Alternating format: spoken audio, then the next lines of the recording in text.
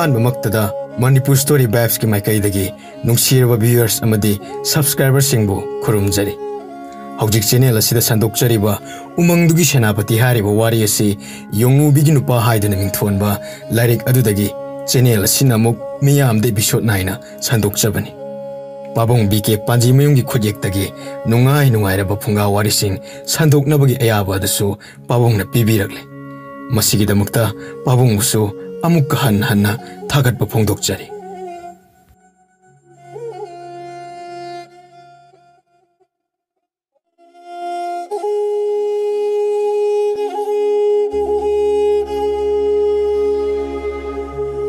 ꯑꯁꯨꯝꯅ ꯃꯈꯣꯏ ꯄꯨꯟꯅ ꯎꯃꯪꯗ ꯂꯥꯛꯂꯦ ꯎꯃꯪꯗꯨ ꯎꯃꯪ ꯃꯥꯟꯗ꯭ꯔꯦ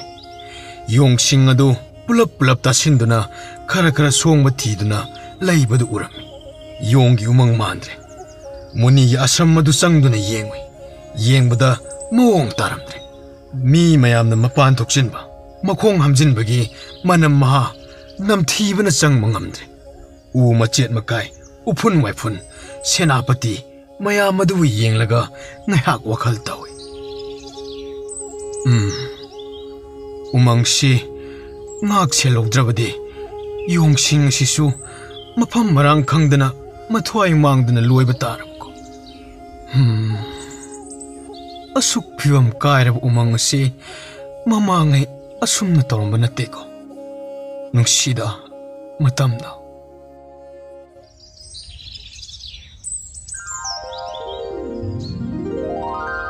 ꯃꯔꯨ ꯌꯦꯡꯉꯨꯅꯦ ꯍꯩ ꯃꯌꯥꯝ ꯄꯥꯜꯂꯤꯁꯤ ꯑꯝꯇ ꯌꯦꯡꯉꯨ ꯂꯥꯎꯅꯦ ꯅꯣꯏꯒꯤ ꯌꯣꯡꯒꯤ ꯋꯥꯗꯣ ꯑꯝꯇ ꯇꯣꯛꯈꯣ ꯍꯩ ꯍꯦꯛꯂꯒ ꯑꯝꯇ ꯆꯥꯊꯣꯛꯈꯤꯁꯤ ꯂꯥꯎ ꯑꯁꯤꯗ ꯇꯥꯕ ꯍꯩꯁꯤꯗꯤ ꯍꯥꯎꯏ ꯏꯇꯥꯎ ꯏꯇꯥꯎ ꯅꯨꯡꯇꯤꯒꯤ ꯍꯩ ꯆꯥꯕ ꯂꯥꯛꯂꯁꯦ ꯄꯪꯂꯥꯞ ꯂꯥꯞꯄꯁꯨ ꯅꯠꯇꯦ ꯅꯍꯥꯟ ꯃꯈꯩ ꯑꯩꯈꯣꯏꯅ ꯄꯣꯊꯥꯐꯝ ꯅꯥꯇꯩ ꯆꯥꯗꯗꯨꯅ ꯊꯤꯕ ꯄꯪꯆꯠꯇ ꯆꯠꯄꯒꯤ ꯑꯣꯏꯔꯝꯒꯅꯤꯌꯦ ꯏꯇꯥꯎ ꯑꯩꯗꯤ ꯅꯍꯥꯟ ꯃꯈꯩ ꯑꯩꯈꯣꯏꯅ ꯄꯣꯊꯥꯐꯝ ꯑꯣꯟꯅꯔꯤꯗꯣ ꯄꯥꯝꯃꯨꯔꯛꯈ꯭ꯔꯦꯗ ꯑꯗꯨ ꯏꯇꯥꯎ ꯑꯩꯗꯤ ꯌꯣꯡꯒꯤ ꯎꯃꯪ ꯍꯥꯏꯕ ꯑꯃ ꯂꯩ ꯍꯥꯏꯕꯁꯦ ꯑꯩꯗꯤ ꯇꯥꯕ ꯀꯨꯏꯔꯦ ꯑꯗꯣ ꯁꯤꯗꯤ ꯌꯣꯡꯒꯤ ꯎꯃꯪ ꯅꯠꯇꯦ ꯁꯤꯗꯤ ꯍꯩꯒꯤ ꯎꯃꯪ ꯇꯥꯔꯦ ꯏꯇꯥꯎ ꯁꯤꯗꯤꯅꯦ ꯍꯩ ꯆꯥꯔꯒ ꯉꯥꯏꯍꯥꯛ ꯐꯝꯃ ꯂꯩꯊꯣꯛꯈ꯭ꯔꯁꯤ ꯏꯇꯥꯎ ꯆꯠꯂꯁꯤꯗ ꯍꯩꯁꯨ ꯆꯥꯔꯦ ꯑꯩꯗꯤ ꯎꯃꯪꯗ ꯁꯨꯃꯥꯏꯅ ꯂꯩꯕꯁꯦ ꯌꯥꯝ ꯍꯩꯅꯗꯦꯀꯣ ꯍꯥꯏ ꯇꯣꯉꯥꯟꯕ ꯏꯇꯥꯎ ꯅꯪꯕꯨ ꯀꯩꯗꯧꯔꯒꯦ ꯃꯇꯝꯁꯨ ꯌꯥꯝꯅ ꯉꯜꯂꯤ ꯁꯤꯗꯒꯤ ꯑꯗꯨꯝ ꯌꯨꯝ ꯌꯧꯅꯕ ꯆꯠꯂꯗꯧꯅꯦ ꯑꯩꯈꯣꯏ ꯍꯩ ꯗꯨꯝ ꯆꯥꯎ ꯍꯌꯦꯡ ꯃꯈꯩꯗꯤꯅꯦ ꯆꯥꯛ ꯍꯦꯛ ꯇꯣꯛꯄꯒ ꯏꯁꯥꯅ ꯈꯪꯅ ꯍꯩꯕꯣꯡ ꯃꯈꯣꯡꯗ ꯊꯦꯡꯅꯕꯗꯣ ꯀꯥꯎꯅꯒꯨꯝꯁꯤꯀꯣ ꯑꯗꯣ ꯅꯪꯅ ꯆꯠꯁꯦ ꯍꯥꯏꯔꯒꯅꯅꯦ ꯌꯨꯝꯒꯤ ꯏꯃꯥ ꯏꯄꯥꯕꯨ ꯆꯥꯅꯕ ꯍꯩ ꯈꯔ ꯍꯦꯛꯈꯤꯁꯤ ꯏꯇꯥꯎ ꯇꯣꯉꯥꯟꯕ ꯀꯩꯒꯤꯅꯣ ꯅꯪꯅ ꯑꯗꯨꯝ ꯐꯝꯃꯒ ꯂꯩꯗꯨꯕꯣ ꯆꯦ ꯏꯇꯥꯎꯅ ꯍꯦꯛꯂꯣꯏ ꯍꯥꯏꯔꯒꯅꯅꯦ ꯑꯗꯨꯝ ꯐꯝꯃꯨ ꯑꯩꯈꯣꯏꯅ ꯑꯣꯏꯅꯅꯦ ꯅꯪꯒꯤ ꯁꯔꯨꯛꯁꯨ ꯍꯦꯛꯄꯤꯔꯛꯀꯦ ꯐꯝꯃꯨꯀꯣ ꯅꯪ ꯑꯗꯨꯗ ꯑꯗꯨꯝ ꯐꯝꯃꯨꯀꯣ ꯁꯥꯗꯨ ꯕꯥꯕꯥ 와가 와버니 그이노 ꯑꯁꯤꯒꯤ ꯌꯣꯡꯁꯤꯅ ꯀꯨꯝꯊꯔꯒ ꯑꯩꯉꯣꯟꯗ ꯃꯨꯟꯅ ꯌꯦꯡꯉꯤꯁꯤꯅ ꯀꯔꯤꯅꯣ ꯃꯈꯨꯠꯇꯁꯨ ꯍꯩ ꯈꯔꯁꯨ ꯄꯥꯏꯔꯤꯅꯦ ꯑꯩꯒꯤ ꯅꯥꯛꯇꯒ ꯁꯨꯝ ꯆꯪꯁꯤꯜꯂꯛꯏꯅꯦ ꯁꯤꯗꯤ ꯃꯥꯒꯤꯁꯦ ꯑꯩꯉꯣꯟꯗ ꯍꯩ ꯆꯥꯎ ꯍꯥꯏꯔꯤꯕꯣꯏ ꯃꯥꯜꯂꯤꯅꯦ ꯃꯌꯥꯗꯒ ꯆꯤꯛꯑꯒ ꯑꯩꯉꯣꯟꯗꯒ ꯏꯪꯒꯤꯠ ꯇꯧꯔꯛꯏꯅꯤ ꯃꯁꯦ ꯌꯣꯡ ꯖꯥꯠ ꯑꯃꯅꯤꯅꯦ ꯁꯤꯗꯤ ꯑꯩꯕꯨ ꯁꯤꯕꯨ ꯆꯥꯔꯁꯤꯔꯅꯦ ꯌꯣꯡꯅ ꯄꯤꯔꯛꯄ ꯄꯣꯠꯁꯤꯕꯨ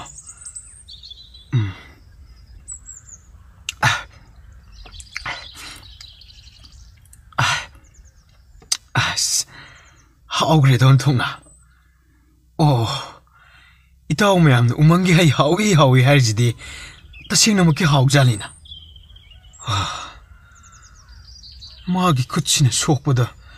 쑥 얌나 모을리 바시네 까리기노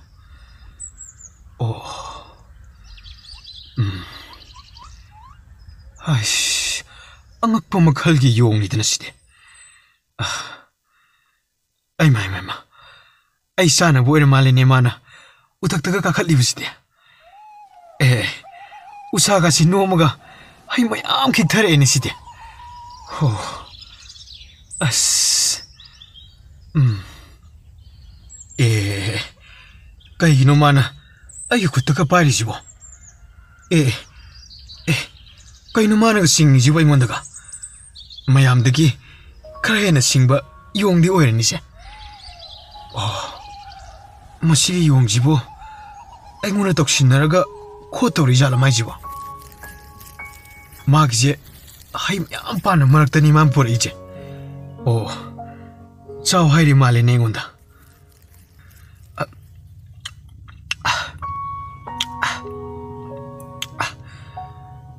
톡나 하오 그래다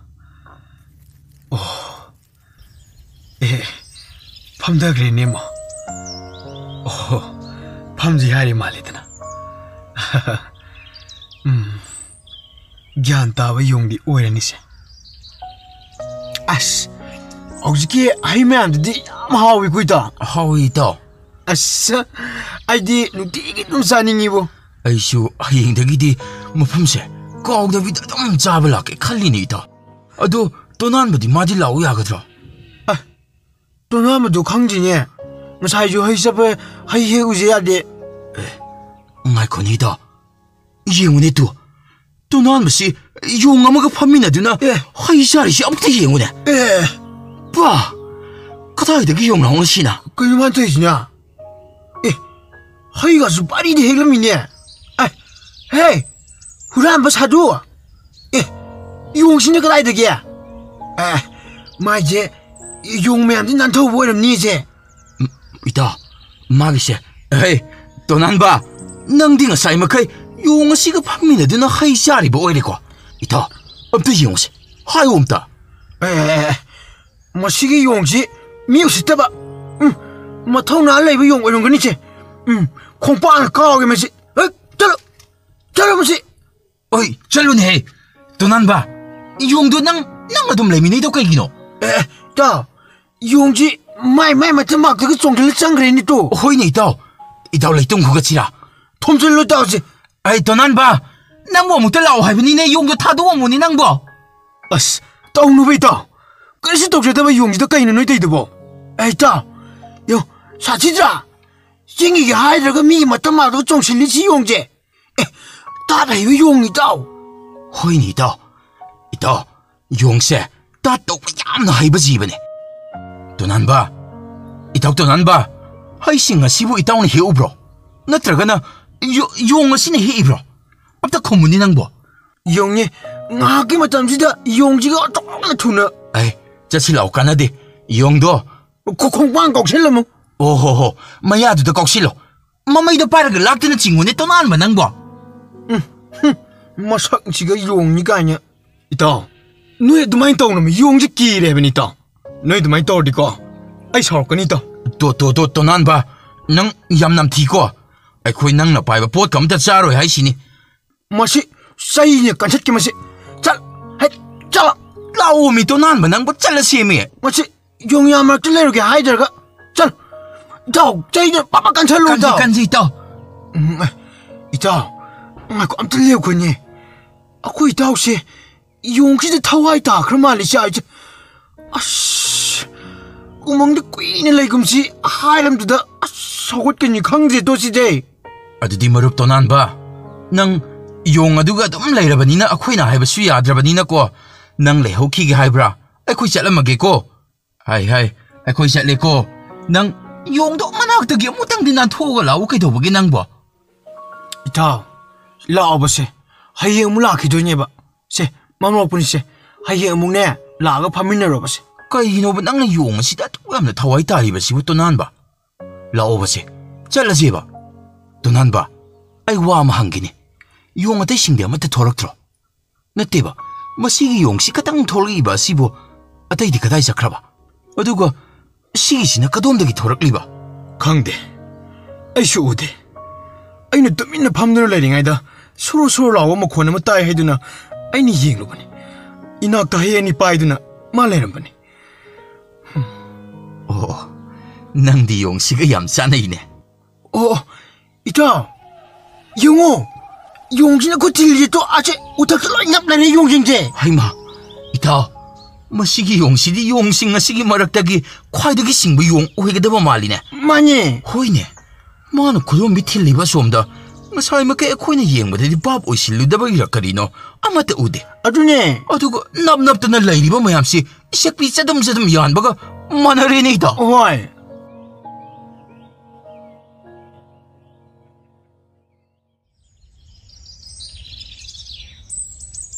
ꯍꯥꯏ ꯀꯔꯝꯕ ꯃꯤꯅꯣ ꯅꯪꯕꯣ ꯅꯣꯡ ꯆꯣꯠꯅꯤꯁꯨ ꯈꯪꯗꯕ ꯅꯨꯃꯤꯠ ꯇꯥꯔꯦꯁꯨ ꯈꯪꯗꯕ ꯀꯥꯡ ꯀꯊꯥꯡ ꯑꯣꯏꯔꯦꯗꯣ ꯏꯕꯨꯡꯉꯣ ꯃꯤꯒꯤ ꯃꯃꯥꯡꯗꯅꯦ ꯏꯀꯥꯏꯖꯩꯕꯨ ꯇꯣꯅꯥꯟꯕ ꯕꯕꯥ ꯍꯣꯏꯁꯨ ꯁꯣꯏꯔꯦꯗ ꯀꯅꯥꯒꯤ ꯑꯉꯥꯡꯒꯤ ꯃꯃꯤꯡ ꯊꯣꯟꯕꯕꯨ ꯀꯅꯥꯅ ꯏꯟꯁꯤꯜꯂꯒ ꯊꯣꯜꯂꯤꯕꯅꯣ ꯇꯣꯅꯥꯟꯕ ꯑꯌꯦ ꯅꯠꯇꯦꯅꯦ ꯇꯣꯅꯥꯟꯕ ꯍꯥꯏꯔꯤꯕ ꯃꯤꯡꯁꯤꯕꯨ ꯍꯣ ꯐꯅ ꯆꯥꯎꯔꯕ ꯐꯥꯎꯕ ꯑꯉꯧꯁꯅꯥ ꯀꯧꯔꯝꯕꯅꯤ ꯊꯕꯛ ꯇꯧ ꯍꯥꯏꯕ ꯄꯥꯈꯣꯜ ꯍꯥꯏꯕ ꯃꯅꯥ ꯃꯊꯨꯟꯗ ꯇꯥꯗꯕꯗꯒꯤꯅꯦ ꯇꯣꯅꯥꯟꯕꯅ ꯊꯣꯟꯈ꯭ꯔꯤꯕꯅꯤ ꯑꯣ ꯏꯃꯥ ꯍꯣꯏꯅꯗꯤ ꯑꯉꯥꯡꯁꯦ ꯀꯨꯆꯨ ꯀꯨꯃꯦꯟ ꯉꯧꯏ ꯐꯖꯩ ꯁꯅꯥꯒꯨꯝꯕꯅꯦꯗꯅ ꯏꯆꯥꯗꯤ ꯁꯅꯥꯅꯤꯌꯦꯗꯅ ꯑꯉꯧ ꯁꯅꯥ ꯀꯧꯔꯤꯅꯦꯕ ꯑꯣ ꯑꯗꯨ ꯑꯣꯏꯔꯗꯤ ꯏꯃꯥ ꯍꯧꯖꯤꯛꯁꯨ ꯃꯥꯒꯤ ꯃꯃꯤꯡꯁꯦ ꯀꯇꯟ ꯆꯨꯕ ꯍꯥꯏꯗꯨꯅ ꯑꯃꯨꯛ ꯑꯣꯟꯊꯣꯛꯂꯁꯤꯅꯦ ꯏꯃꯥ ꯏꯁ ꯃꯥꯅ ꯂꯤꯠꯂꯤꯕ ꯐꯨꯔꯤꯠꯇꯣ ꯂꯧꯊꯣꯛꯑꯒ ꯍꯩ ꯈꯔꯁꯤ ꯌꯣꯝꯗꯨꯅ ꯄꯨꯔꯛꯂꯤꯅꯦ ꯌꯦꯡꯉꯨꯅꯤꯁꯦ ꯀꯔꯤ ꯍꯩꯅꯣ ꯑꯗꯨꯗꯤ ꯐꯖꯈ꯭ꯔꯦꯗ ꯍꯥꯎꯗꯧꯕ ꯃꯥꯜꯂꯤꯅꯦ ꯀꯗꯥꯏꯗꯒꯤꯅꯣꯗ ꯄꯥꯕ ꯀꯅꯥꯅꯕꯨ ꯍꯧꯔꯝꯒꯕꯅꯣ ꯅꯆꯥꯅꯨꯄꯥ ꯀꯇꯟ ꯆꯨꯕ ꯑꯁꯤꯅ ꯍꯩ ꯑꯍꯥꯎꯕ ꯊꯤꯔꯒ ꯍꯦꯛꯂꯗꯤ ꯂꯣꯏꯔꯦꯗꯅ ꯄꯥꯕ ꯁꯦꯁꯦ ꯃꯃꯥꯟꯅꯕꯁꯤꯡ ꯑꯗꯨꯅ ꯍꯦꯛꯄꯗꯒꯤꯅꯦ ꯐꯖꯗꯕꯁꯤꯡ ꯑꯗꯨ ꯈꯜꯂꯒ ꯃꯉꯣꯟꯗ ꯈꯥꯏꯔꯛꯄ ꯁꯣꯏꯗꯅ ꯑꯣꯏꯔꯝꯒꯅꯤ ꯄꯥꯕ ꯏꯃꯥ ꯅꯆꯥꯅ ꯍꯥꯏꯔꯤꯁꯤ ꯌꯥꯏꯀꯣ ꯁꯦꯁꯦ ꯍꯦ ꯁꯩꯇ ꯍꯥꯏꯔꯤꯕꯁꯤꯅꯤ ꯅꯆꯥꯅꯨꯄꯥ ꯇꯣꯅꯥꯟꯕꯅꯕꯨ ꯎꯊꯛꯇ ꯍꯦꯛ ꯀꯥꯔꯒ ꯍꯩ ꯑꯃ ꯍꯦꯛ ꯍꯦꯛꯂꯝꯂꯕ ꯁꯦꯁꯦ ꯅꯆꯥꯒꯤ ꯉꯛꯁꯦ ꯀꯦꯟꯕꯤꯒꯦꯅꯦ ꯏꯃꯥ ꯁꯦ ꯍꯩꯗꯨꯝꯇ ꯆꯥꯎꯁꯦ ꯌꯥꯝ ꯍꯥꯎꯕꯅꯦꯕ ꯑꯩꯗꯤ ꯎꯃꯪꯗ ꯄꯦꯟꯅ ꯆꯥꯔꯦ ꯏꯃꯥ ꯄꯤꯔꯛꯑꯣ ꯃꯍꯥꯎ ꯌꯦꯡꯒꯦ ꯁꯤꯅꯅꯤꯅꯦ ꯍꯩ ꯆꯥꯕ ꯎꯃꯪꯗ ꯆꯠꯅꯤꯡꯉꯤꯁꯤꯗꯤ ꯑꯣꯟꯊꯣꯛꯅ ꯍꯥꯎꯏ ꯍꯥꯏ ꯋꯥꯅꯤ ꯍꯥꯎꯕꯨ ꯍꯥꯎꯇ꯭ꯔꯣ ꯍꯥꯎꯋꯦ ꯃꯁꯤꯗꯤ ꯃꯤ ꯃꯌꯥꯝ ꯈꯪꯅꯔꯕꯗꯤ ꯀꯨꯏꯔꯔꯣꯏ ꯄꯨꯡꯀꯣꯛ ꯀꯣꯛꯀꯅꯤ ꯀꯅꯥ ꯆꯠꯂꯤꯕ ꯍꯥ ꯇꯣꯅꯥꯟꯕ ꯀꯅꯥ ꯆꯠꯂꯤꯕꯅꯣ ꯕꯥꯕꯥ ꯑꯩꯈꯣꯏ ꯃꯉꯥ ꯁꯨꯏꯌꯦ ꯑꯩꯒ ꯂꯨꯅ ꯇꯤꯟꯅꯕ ꯏꯃꯥꯟꯅꯕꯁꯤꯡꯗꯨꯅꯤ ꯑꯩꯈꯣꯏꯗ ꯃꯔꯛ ꯃꯔꯛꯇ ꯂꯣꯏꯅ ꯂꯥꯛꯄꯅꯤ ꯕꯥꯕꯥ ꯍꯦꯔꯥ ꯑꯋꯥꯡꯒꯤ ꯁꯦꯂꯨꯟꯒꯤ ꯃꯆꯥ ꯇꯥꯃꯨꯒꯤ ꯃꯆꯥ ꯃꯈꯣꯏ ꯑꯣꯏꯔꯝꯒꯅꯤꯅꯦ ꯍꯩꯁꯦ ꯌꯥꯝꯅ ꯍꯥꯎꯋꯦ ꯑꯗꯨꯕꯨ ꯍꯩ ꯉꯥꯛꯇ ꯆꯥꯔꯒ ꯄꯨꯟꯁꯤ ꯑꯁꯦ ꯍꯤꯡꯕ ꯉꯝꯂꯣꯏ ꯍꯩ ꯆꯥꯕ ꯑꯁꯤꯗꯤ ꯃꯆꯦꯠ ꯑꯃ ꯃꯁꯨꯡ ꯑꯃ ꯀꯩ ꯑꯃ ꯆꯥꯕꯒꯤ ꯋꯥꯅꯤꯗ ꯕꯥꯕꯥ ꯃꯥꯒꯤ ꯃꯃꯥꯟꯅꯕꯁꯤꯡ ꯑꯗꯨꯗꯤ ꯅꯨꯡꯇꯤꯒꯤ ꯅꯣꯡꯉꯥꯟꯕꯗꯒꯤ ꯅꯨꯃꯤꯠ ꯇꯥꯕ ꯐꯥꯎꯕꯗꯁꯦ ꯏꯃꯥ ꯃꯈꯣꯏꯁꯤꯡ ꯑꯗꯨꯗꯤ ꯀꯔꯤꯃꯠꯇ ꯁꯨꯗꯅ ꯂꯩꯔꯕꯁꯨ ꯑꯀꯥꯏꯕ ꯑꯃꯠꯇ ꯂꯩꯇꯦ ꯃꯈꯣꯏꯒꯤ ꯃꯃꯥ ꯃꯄꯥꯁꯤꯡꯗꯣ ꯂꯧ ꯌꯥꯝ ꯆꯥꯕ ꯉꯥꯛꯇꯅꯤ ꯍꯩ ꯍꯥꯏꯕꯗꯨꯗꯤ ꯅꯣꯡ ꯐꯥꯗꯣꯛ ꯆꯥꯁꯤ ꯍꯥꯏꯔꯒ ꯍꯦꯛꯂꯨꯔꯒ ꯆꯥꯕ ꯌꯥꯕꯅꯤ ꯀꯗꯥꯏꯗꯒꯤ ꯅꯨꯡꯇꯤꯒꯤ ꯍꯩ ꯆꯥꯗꯕ ꯌꯥꯗꯦ ꯎꯃꯪ ꯆꯠꯇꯕ ꯌꯥꯗꯦ ꯍꯥꯏꯅ ꯊꯕꯛ ꯑꯃ ꯑꯣꯏꯅ ꯇꯧꯔꯕꯗꯤ ꯂꯣꯏꯔꯦꯗꯅ ꯎꯃꯪꯗꯨ ꯎꯕꯗ ꯔꯥꯖꯀꯨꯃꯥꯔꯤ ꯊꯋꯥꯏ ꯌꯥꯝꯅ ꯅꯨꯡꯉꯥꯏꯔꯝꯗꯦ ꯃꯈꯣꯏꯁꯤꯡ ꯂꯥꯛꯃꯤꯟꯅꯔꯤꯕꯁꯤꯡ ꯑꯗꯨ ꯃꯊ꯭ꯋꯥꯏ ꯅꯨꯡꯉꯥꯏꯇꯅ ꯎꯃꯪꯗꯒꯤ ꯍꯜꯂꯛꯂꯦ ꯂꯩꯃ ꯃꯥꯒꯤ ꯈꯨꯜꯗ ꯊꯤꯟꯖꯟꯕꯤꯔꯝꯂꯦ ꯁꯦꯅꯥꯄꯇꯤꯒ ꯔꯥꯖꯀꯨꯃꯥꯔꯤꯒ ꯃꯅꯥꯏ ꯑꯅꯤꯗꯨꯒ ꯀꯣꯅꯨꯡꯗ ꯍꯜꯂꯛꯂꯦ ꯀꯣꯅꯨꯡ ꯍꯦꯛ ꯌꯧꯕꯒ ꯁꯦꯅꯥꯄꯇꯤꯅ ꯃꯅꯥꯏ ꯀꯨꯟꯃꯨꯛ ꯎꯃꯪꯗ ꯂꯦꯛ ꯆꯥꯗꯨꯅ ꯂꯩꯅꯕ ꯌꯥꯊꯪ ꯇꯧꯈ꯭ꯔꯦ ꯃꯨꯅꯤꯒꯤ ꯑꯁ꯭ꯔꯝ ꯑꯣꯏꯔꯝꯕ ꯑꯗꯨꯗ ꯅꯤꯡꯊꯤꯅ ꯁꯦꯡꯗꯣꯛꯇꯨꯅ ꯇꯨꯝꯕ ꯆꯥꯕ ꯇꯧꯅꯕꯒꯤꯗꯃꯛ ꯇꯥꯛꯂꯝꯃꯤ ꯎꯃꯪꯗ ꯃꯤ ꯆꯪꯕ ꯌꯥꯍꯟꯗ꯭ꯔꯦ ꯃꯇꯝ ꯈꯔꯗꯤ ꯎꯃꯪ ꯑꯗꯨ ꯍꯥꯟꯅꯒꯨꯝ ꯎ ꯃꯔꯥꯡ ꯀꯥꯏꯅ ꯍꯧꯍꯟꯗꯨꯅ ꯌꯣꯡꯁꯤꯡꯒꯤ ꯍꯤꯡꯅꯕꯒꯤꯗꯃꯛꯇ ꯌꯥꯝꯅ ꯄꯥꯝꯖꯕ ꯎꯃꯪ ꯑꯣꯏꯍꯟꯅꯕ ꯃꯅꯥꯏꯁꯤꯡꯗ ꯄꯥꯎꯊꯥꯡ ꯄꯤꯈ꯭ꯔꯦ ꯁꯦꯅꯥꯄꯇꯤꯅ ꯍꯥꯏꯔꯝꯕ ꯃꯅꯥꯏꯁꯤꯡ ꯑꯗꯨ ꯎꯃꯪꯗ ꯂꯦꯡꯗꯅ ꯂꯩꯗꯨꯅ ꯅꯤꯡꯊꯤꯅ ꯉꯥꯛ ꯁꯦꯟꯈ꯭ꯔꯦ ꯎ ꯃꯈꯜ ꯀꯌꯥ ꯃꯁꯥ ꯁꯣꯡꯕ ꯃꯅꯥ ꯄꯨꯡꯕ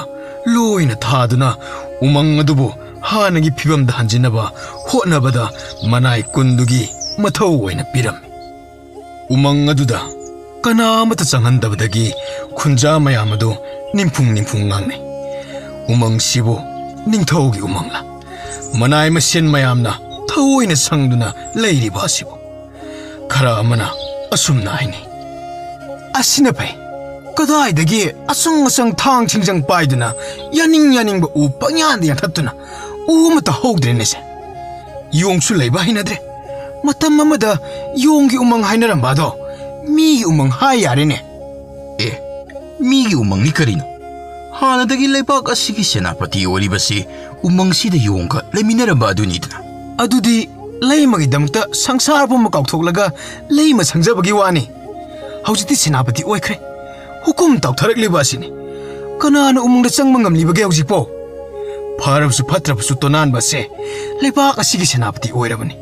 kanana khangni ningthau oiduna rajkumari duna maharani oreklade leimadi adum tokle leimasu maharani oibagi manglambasu yaida leima maharani oidabasu makoi imungdi karisu watpa leitrena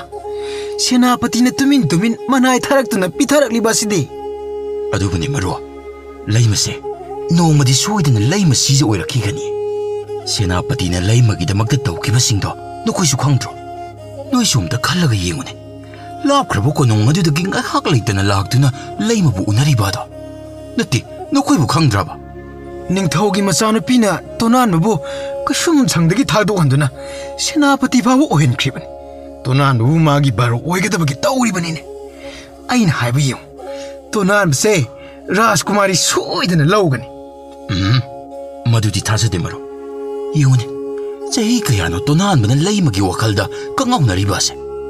mahakna leima sibu mini yongni khangjingaidagi tonanba mahakna umangda mapunsidu lelaklabanine mamane mapane mayambane makhoi ahumna punna thibada lotuna lekhibani madudagi dedo mangkr chahi kaya leiraga tonanbasu leimasu umangaduda leiramliba adani makhoi anise setoknaba sungam ngamlar senapati su oirabanina mahakna tawgita ngamlabanine ito nakhoi su uredana umangda yum phasaba ma saramlibada pumnamak sing adu aikoi nakoi amata khangaudrabani sahi yamsilakle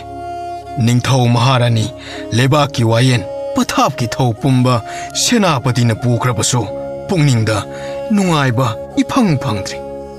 machanupi senapati sida luhongbiduna ningthau maharani gi khubam asi piramlabadi sirabsu khuya tu silagani khanjabaduni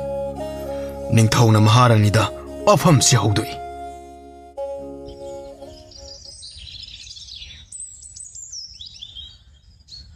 Maharani senapati asida nasanupise thajarasi aduga ningthau ahennanaba nasanupiga maharani oina leibak asibo chahonga hongnana pananaba leibak ama ohelasi ꯑꯩꯈꯣꯏꯅ ꯐꯥꯖꯤꯟꯗꯨꯅ ꯊꯝꯂꯤꯕ ꯑꯉꯥꯎꯕ ꯌꯣꯡ ꯑꯁꯤꯅ ꯀꯝꯗꯧꯕ ꯇꯥꯔꯤ ꯁꯤꯕ ꯉꯥꯏꯗꯨꯅ ꯃꯄꯨꯟꯁꯤ ꯆꯨꯞꯄ ꯕꯟꯗꯤ ꯑꯣꯏꯅ ꯊꯝꯒꯗꯧꯔꯤꯕ꯭ꯔꯥ ꯃꯗꯨ ꯄꯨꯝꯕꯁꯦ ꯁꯦꯅꯥꯄꯇꯤ ꯃꯍꯥꯛꯅ ꯈꯪꯅ ꯂꯣꯏꯅꯃꯛ ꯇꯧꯖꯔꯒꯅꯤ ꯉꯥꯎꯔꯕꯁꯨ ꯃꯤꯗꯒꯤ ꯑꯣꯟꯈꯤꯕ ꯌꯣꯡꯅꯤ ꯑꯩꯈꯣꯏꯗ ꯗꯣꯁ ꯂꯪꯁꯤꯜꯂꯣꯏꯗ꯭ꯔꯥ ꯍꯦꯔꯥ ꯃꯍꯥꯔꯥꯅꯤ ꯗꯣꯁ ꯂꯪꯁꯤꯟꯒꯅꯤ ꯍꯥꯏꯗꯨꯅ ꯑꯉꯥꯎꯕ ꯌꯣꯡ ꯑꯁꯤꯕꯨ ꯊꯥꯗꯣꯛꯄ ꯌꯥꯕ꯭ꯔꯥꯅꯤ ꯂꯥꯏꯅꯤꯡꯕ ꯃꯨꯅꯤ ꯑꯗꯣ ꯌꯣꯡ ꯑꯁꯤꯅ ꯈꯣꯠꯇꯨꯅ ꯏꯍꯤꯡꯅ ꯍꯤꯡꯁꯥꯔꯗꯨꯅ ꯃꯨꯅꯤ ꯑꯗꯨꯒꯤ ꯃꯊ꯭ꯋꯥꯏ ꯑꯗꯨꯕꯨ ꯃꯍꯥꯛꯅ ꯂꯧꯈ꯭ꯔꯤꯕꯅꯤ ꯑꯗꯨꯕꯨ ꯑꯉꯥꯎꯕ ꯌꯣꯡ ꯑꯁꯤꯒꯤ ꯋꯥꯈꯜ ꯃꯥꯁꯨ ꯂꯩꯕꯥꯛ ꯑꯁꯤꯒꯤ ꯊꯧꯔꯝ ꯄꯥꯡꯅꯅꯕ ꯀꯟꯅ ꯍꯣꯠꯅꯔꯤꯉꯩꯗ ꯅꯤꯡꯁꯤꯡꯂꯝꯗꯕꯁꯨ ꯌꯥꯔꯤꯕꯅꯤ ꯅꯣꯡꯃ ꯇꯟꯖꯥ ꯆꯥꯕ ꯑꯃꯗ ꯑꯉꯥꯎꯕ ꯌꯣꯡ ꯑꯁꯤꯒꯤ ꯋꯥꯐꯝ ꯍꯧꯗꯣꯛꯀꯦ ꯃꯥꯅ ꯅꯤꯡꯕ ꯑꯃꯁꯨ ꯁꯣꯏꯗꯅ ꯂꯩꯔꯝꯒꯅꯤ ꯌꯣꯡꯗꯨꯕꯨ ꯀꯔꯝ ꯇꯧꯔꯤꯕꯅꯣ ꯍꯥꯏꯁꯨ ꯈꯪꯗꯦ ꯐꯅ ꯀꯨꯏꯔꯦ ꯁꯤꯗꯨꯅ ꯂꯩꯔꯝꯗꯅ ꯇꯣꯛꯂꯔꯅꯤ ꯏꯍꯦ ꯁꯤꯔꯕꯗꯤ ꯕꯟꯗꯤ ꯄꯥꯅꯕꯁꯤꯡ ꯑꯗꯨꯅ ꯍꯥꯏꯔꯛꯀꯅꯤꯅ ꯅꯠꯇꯦꯁꯦ ꯃꯍꯥꯔꯥꯅꯤ ꯌꯣꯡ ꯑꯗꯨꯒꯤ ꯋꯥꯗꯨ ꯂꯥꯏ ꯑꯝꯇ ꯊꯝꯈꯣ ꯅꯆꯥꯅꯨꯄꯤ ꯑꯁꯦ ꯁꯦꯅꯥꯄꯇꯤꯗ ꯂꯨꯍꯣꯡꯕꯒꯤ ꯋꯥꯐꯝ ꯑꯗꯨꯕꯨ ꯈꯔ ꯈꯪꯍꯜꯂꯨ ꯃꯃꯤꯡꯗ ꯉꯥꯏꯔꯕꯅꯤ ꯑꯩꯅ ꯂꯩꯕꯥꯛ ꯑꯁꯤꯕꯨ ꯉꯥꯛꯂꯤꯕ ꯑꯁꯦ ꯆꯍꯤꯅ ꯂꯨꯝꯁꯤꯜꯂꯛꯂꯕꯅꯤ ꯋꯥꯈꯜ ꯊꯧꯅꯥ ꯂꯣꯏꯅ ꯍꯟꯊꯔꯛꯂꯕꯅꯤ ꯑꯩꯁꯦ ꯄꯣꯞꯇꯨꯅ ꯅꯥꯗ꯭ꯔꯤꯉꯩ ꯑꯁꯤꯗ ꯍꯥꯊꯨ ꯍꯥꯊꯨ ꯇꯧꯗꯅ ꯂꯩꯕꯥꯛ ꯃꯤꯌꯥꯝ ꯃꯃꯥꯡ ꯑꯁꯤꯗ ꯆꯥꯎꯅ ꯂꯨꯍꯣꯡꯕꯒꯤ ꯊꯕꯛ ꯑꯃ ꯄꯥꯡꯊꯣꯛꯂꯗꯨꯅ ꯂꯨꯍꯣꯡ ꯀꯩꯍꯣꯡꯕ ꯑꯁꯤꯕꯨ ꯇꯧꯍꯧꯕꯅ ꯐꯒꯅꯤ ꯈꯜꯂꯤꯅꯤ ꯅꯆꯥꯅꯨꯄꯥꯗꯨꯁꯨ ꯅꯣꯡꯃ ꯅꯣꯡꯃꯒꯤ ꯚꯥꯞ ꯇꯥꯗꯕ ꯆꯨꯔꯣꯟ ꯄꯥꯔꯣꯟ ꯉꯥꯡꯕ ꯄꯪꯍꯦꯟꯗ ꯍꯦꯟꯀꯠꯂꯛꯄꯒꯨꯝ ꯇꯧꯏ ꯅꯆꯥꯅꯨꯄꯤ ꯒ꯭ꯌꯥꯟ ꯇꯥꯔꯤꯕ ꯑꯁꯤꯅ ꯅꯨꯄꯥ ꯍꯦꯛ ꯑꯣꯏꯔꯝꯂꯕꯗꯤ ꯐꯒꯗꯕꯅꯤ ꯑꯗꯨꯒꯤꯗꯤ ꯀꯔꯤꯁꯨ ꯆꯤꯟꯇꯥ ꯇꯧꯔꯒꯨꯝꯁꯤ ꯁꯦꯅꯥꯄꯇꯤꯅ ꯊꯕꯛ ꯑꯃ ꯂꯥꯞꯅ ꯆꯠꯊꯣꯛꯄꯗ ꯅꯆꯥꯅꯨꯄꯤ ꯍꯦꯛ ꯍꯦꯛ ꯄꯨꯗꯨꯅ ꯆꯠꯂꯤꯕꯅꯤ ꯃꯊꯧ ꯆꯤꯟꯕꯒꯤ ꯇꯧꯕꯅꯤ ꯅꯆꯥꯅꯨꯄꯤꯒ ꯃꯔꯛꯇ ꯋꯥꯔꯤ ꯋꯥꯇꯥꯏ ꯇꯧꯅꯔꯝꯒꯅꯤ. Matam ama yung oina layringayday thadoknaba ngamdana layrakpa khunggang adugi layma mahaki manakta hek chatli hay nattene maharani magi sibu nupi adubu thadokpa ngamloidoribra nupi adubu magi nupi oina lawbagi wakhalga leramlabadi kamdawpa. Nasanupi masak thiba nate laigi masagum phazaribani awuba khudingna mitpham hongduna yengnaribani. Ningthaugi masanupi oibagi thaugalon kai haidana chairak phangani kiduna tawbani. Ningthau kolda sawbina lamdraba misam mamu oiramlabadi nahana nasanupi sagai onkhradawni. Nahagna nasanupi asi sarga paknek thagaleda. Senapati asina nasanupi sidane kaya punging siyangba mitaba iudene. Asuk yamna nasanupi adu senapatiga loinanaba haiduna maningtamna thaduglaban. Makoy ani yamna naksinaba mawong ado ay hagni ihude. Mama mapagi mamangda pakhang leisabigi waribu iphongphong utkadaba nate. Senapati yamna hungna lonjat khangba minungsi sawba mini. Nasanupisu mama mapagi izat yongadaba nate. Nasanupidu nupa phaba haibani karimata waruno. Aikoina luhungbagi matam hairakpa ngairibo oiramgani. Hainaringayda masanupi jabanika mama mapagi manakta changlai. Nasanupi lakpa yamna phare. Ay wa mata hangi. Kari wano unthokna thuna hangadawri. Ay kona wari sanaragi. Kari wano babo. Ngasidagi namit kharanigi mamangda senapatiga nahakka umangda chatlubra. Sagol tongduna koithoglubra. Laimagi khulda chatlubane. Kaidauba. Laima unarubra. Umangda su chatlui.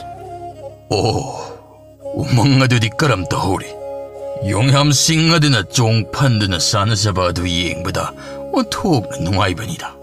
Ay susidingay asida amuktangdi umang aduda chatladuna yonggi kumhay sing ado yamna yengningbani. Wahi chaduna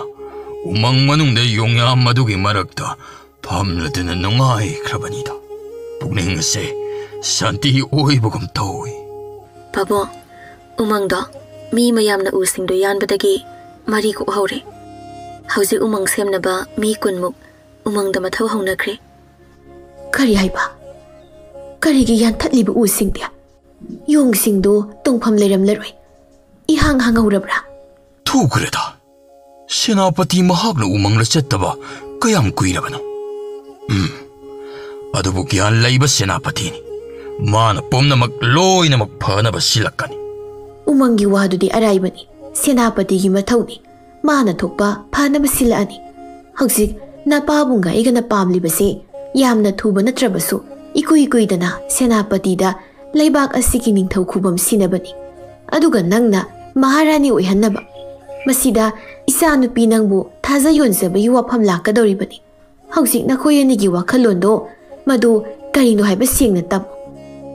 Senapatini aina ningthaugi masanupini simangaire. Ngasi phawbada senapatina aibu magi punsigi loinabi oibagi wafamsu phonglakpa leite. Ima khoina panghai dai. Aina isilna thokna aihakbu senapatigi nupi oina loksilabadi pabongna ningthau khubam sinani haibani hekta hairuba yabanate. Pakhang leisabi oibagi mari naksinabagi khudong sabasu lapna laikre. Mahak masana ibu pamjabagi ihul amadi ingit irang tawduna wangang sangang ngang sakpasu tawrakte. Isana maharani oiraga mara tapna palhaubaduni ikhoina pamlibasi. Yongdagi mi olakiba laimadubu maga nusi sanabagi mawongdi tawbra. Laimaga maga manungda asetpa mari leinakraba zala. Adu sumande luna chana tawbagi maongdi aingonda tawriba asigumna tawi. Khangde senapatigi wakhal mahaki pukninggi aningba khangbada wana thokani. Aina khangbadi minungsi zawi migi tawi mal khangba mini. Phare maduda yamna koithokluraba kanade. Mahakpu ningthau haplagani. Isanupina maharani haplagani hairaga loirida. Mahak ꯃꯗꯨꯗ ꯃꯔꯥꯏꯅ ꯚꯥꯞ ꯇꯥꯖꯔꯅꯤ ꯅꯤꯡꯊꯧ ꯍꯥꯞꯂꯅꯤ ꯍꯥꯏꯕꯗꯨꯗꯤ ꯍꯥꯏꯗꯣꯛꯄ ꯏꯔꯥꯏ ꯂꯥꯏ ꯑꯩꯕꯨꯅ ꯂꯩꯕꯥꯛꯁꯤꯒꯤ ꯃꯍꯥꯔꯥꯅꯤ ꯑꯣꯏꯅ ꯍꯥꯏꯔꯨꯕꯗ ꯅꯝꯗꯨꯅ ꯃꯆꯥꯅꯨꯄꯤ ꯄꯤꯁꯤꯜꯂꯛꯂꯦ ꯍꯥꯏꯔꯣꯏꯗ꯭ꯔꯥ ꯃꯥꯅ ꯍꯦꯟꯅ ꯍꯔꯥꯎ ꯍꯔꯥꯎꯅ ꯃꯄꯥꯟ ꯊꯣꯛꯇꯅ ꯃꯅꯨꯡꯗꯗꯤ ꯅꯨꯡꯉꯥꯏꯖꯔꯝꯒꯅꯤ ꯅꯤꯡꯊꯧ ꯈꯨꯕꯝꯁꯨ ꯐꯪꯕ ꯃꯁꯛ ꯃꯇꯧ ꯐꯖꯔꯕ ꯂꯩꯕꯥꯛꯀꯤ ꯅꯤꯡꯊꯧꯒꯤ ꯃꯆꯥꯅꯨꯄꯤ ꯐꯪꯖꯕ ꯃꯔꯥꯏꯕꯛ ꯊꯝꯕꯥꯜ ꯁꯥꯠꯂꯕꯅꯤ ꯃꯗꯨꯅ ꯏꯃꯥꯒꯤ ꯋꯥꯈꯜꯅꯤ ꯃꯤꯒꯤ ꯄꯨꯛꯅꯤꯡꯗ ꯂꯩꯕ ꯋꯥꯗꯨ ꯀꯅꯥꯅ ꯈꯪꯕ ꯉꯝꯒꯅꯤ ꯏꯃꯥꯅ ꯈꯜꯂꯤꯕ ꯑꯗꯨꯒꯨꯝꯅ ꯁꯦꯅꯥꯄꯇꯤꯒꯤꯁꯨ ꯃꯥꯒꯤ ꯋꯥꯈꯜ ꯑꯃ ꯇꯣꯉꯥꯟꯅ ꯂꯩꯔꯝꯕꯁꯨ ꯌꯥꯏ ꯃꯥꯅ ꯂꯩꯃꯒꯤꯗꯃꯛꯇ ꯌꯥꯝꯅ ꯋꯥꯖꯈꯤꯕꯅꯤ ꯃꯇꯝ ꯑꯃꯗ ꯂꯩꯃ ꯊꯥꯗꯣꯛꯄ ꯉꯝꯂꯣꯏ ꯎꯃꯪ ꯊꯥꯗꯣꯛꯄ ꯉꯝꯂꯣꯏ ꯍꯥꯏꯅ ꯄꯥꯎꯈꯨꯝ ꯄꯤꯔꯛꯂꯤꯕꯗꯨꯅꯤ ꯃꯗꯨꯗꯤ ꯃꯇꯝ ꯑꯗꯨꯗ ꯌꯣꯡ ꯑꯗꯨꯒꯤ ꯃꯇꯧꯗꯨꯗ ꯊꯥꯗꯣꯛꯇꯨꯅ ꯆꯠꯄ ꯉꯝꯗꯕ ꯑꯣꯏꯔꯝꯒꯅꯤ ꯍꯧꯖꯤꯛꯇꯤ ꯌꯣꯡꯗꯣ ꯌꯣꯡ ꯑꯣꯏꯅ ꯂꯩꯇ꯭ꯔꯦ ꯃꯥꯒꯤ ꯈꯨꯡꯒꯪꯗ ꯂꯩꯈ꯭ꯔꯦ ꯍꯧꯖꯤꯛꯇꯤ ꯄꯥꯈꯪꯗꯨꯁꯨ ꯆꯥꯎꯔꯕ ꯂꯩꯕꯥꯛ ꯑꯃꯒꯤ ꯁꯦꯅꯥꯄꯇꯤꯅꯤ ꯍꯥꯏꯗꯅ ꯃꯤꯌꯥꯝꯅ ꯈꯪꯅꯔꯦ ꯋꯥꯔꯤ ꯄꯨꯝꯕ ꯂꯣꯏꯈ꯭ꯔꯕꯅꯤ ꯍꯧꯈ꯭ꯔꯕꯅꯤ ꯃꯥꯅ ꯈꯨꯡꯒꯪꯗ ꯃꯔꯛ ꯃꯔꯛꯇ ꯆꯠꯂꯤꯕꯗꯨꯗꯤ ꯍꯥꯟꯅ ꯃꯇꯝ ꯀꯨꯏꯅ ꯌꯣꯡ ꯑꯣꯏꯔꯤꯉꯩꯗ ꯂꯣꯏꯅꯈꯤꯕꯒꯤ ꯄꯥꯛ ꯍꯦꯛ ꯀꯥꯎꯊꯣꯛꯄ ꯊꯥꯗꯣꯛꯄ ꯌꯥꯗ ꯇꯧꯔꯤꯅꯤ ꯈꯪꯗꯦ ꯏꯃꯥꯒꯤ ꯋꯥꯗꯣ ꯅꯆꯥꯅ ꯂꯧꯅꯤꯡꯗꯦ ꯍꯥꯏꯕꯗꯤ ꯅꯠꯇꯦ ꯃꯤꯄꯥꯏꯕ ꯑꯃꯗꯤ ꯑꯗꯨꯝ ꯄꯣꯛꯂꯤ ꯏꯁꯥꯗ